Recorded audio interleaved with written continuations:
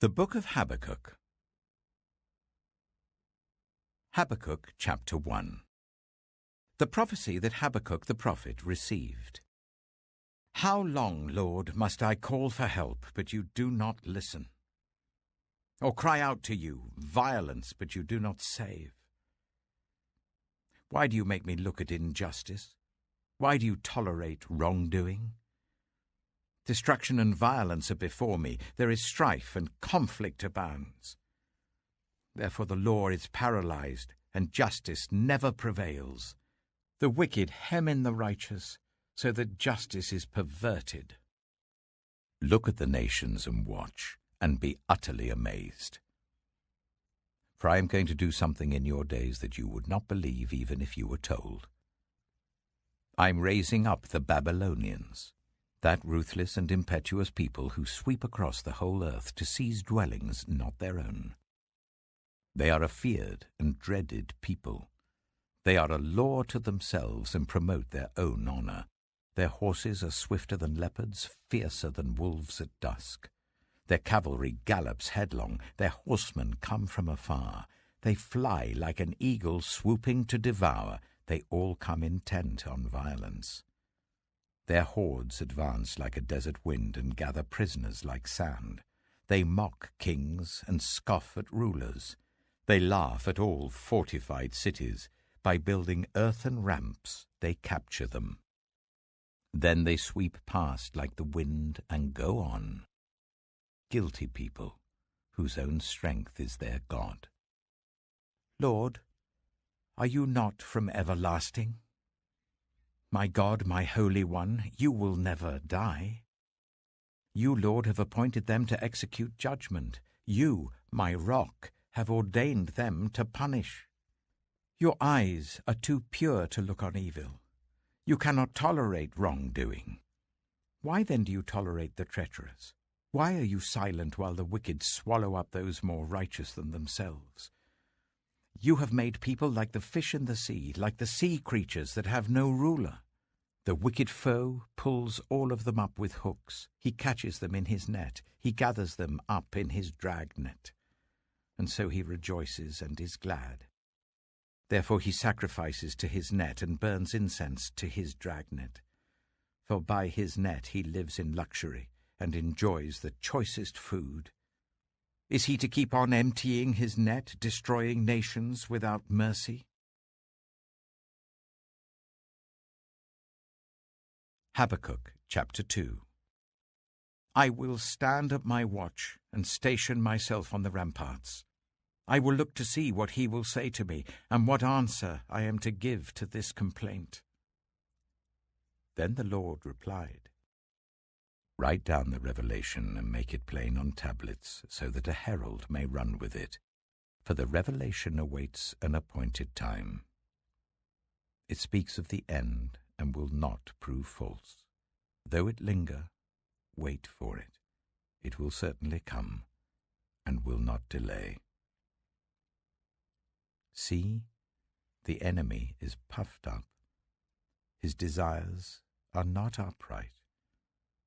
But the righteous person will live by his faithfulness. Indeed, wine betrays him. He is arrogant and never at rest. Because he is as greedy as the grave, and like death is never satisfied, he gathers to himself all the nations and takes captive all the peoples. Will not all of them taunt him with ridicule and scorn, saying, Woe to him who piles up stolen goods and makes himself wealthy by extortion? How long must this go on? Will not your creditors suddenly arise? Will they not wake up and make you tremble? Then you will become their prey. Because you have plundered many nations, the peoples who are left will plunder you. For you have shed human blood, you have destroyed lands and cities and everyone in them. Woe to him who builds his house by unjust gain, setting his nest on high to escape the clutches of ruin. You have plotted the ruin of many peoples, shaming your own house and forfeiting your life. The stones of the wall will cry out, and the beams of the woodwork will echo it. Woe to him who builds a city with bloodshed and establishes a town by injustice. Has not the Lord Almighty determined that the people's labor is only fuel for the fire, that the nations exhaust themselves for nothing? For the earth will be filled with the knowledge of the glory of the Lord, as the waters cover the sea. Woe to him who gives drink to his neighbors, pouring it from the wineskin till they are drunk, so that he can gaze on their naked bodies. You will be filled with shame instead of glory. Now it is your turn. Drink, and let your nakedness be exposed. The cup from the Lord's right hand is coming round to you, and disgrace will cover your glory. The violence you have done to Lebanon will overwhelm you, and your destruction of animals will terrify you, for you have shed human blood. You have destroyed lands and cities, and everyone in them. Of what value is an idol carved by a craftsman, or an image that teaches lies? For the one who makes it trusts in his own creation. He makes idols that cannot speak. Woe to him who says to wood, "Come to life," or to lifeless stone, "Wake up." Can it give guidance? It is covered with gold and silver. There is no breath in it. The Lord is in his holy temple. Let all the earth be silent before him.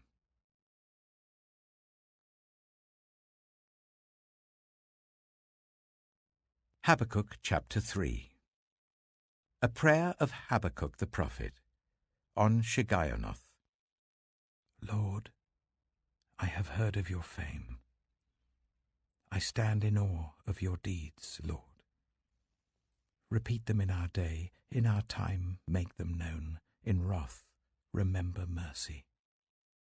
God came from Teman, the Holy One from Mount Paran. His glory covered the heavens, and his praise filled the earth. His splendor was like the sunrise. Rays flashed from his hand, where his power was hidden. Plague went before him, pestilence followed his steps. He stood and shook the earth. He looked and made the nations tremble. The ancient mountains crumbled and the age-old hills collapsed, but he marches on forever. I saw the tents of Cushan in distress, the dwellings of Midian in anguish. Were you angry with the rivers, Lord? Was your wrath against the streams? Did you rage against the sea when you rode your horses and your chariots to victory? You uncovered your bow. You called for many arrows.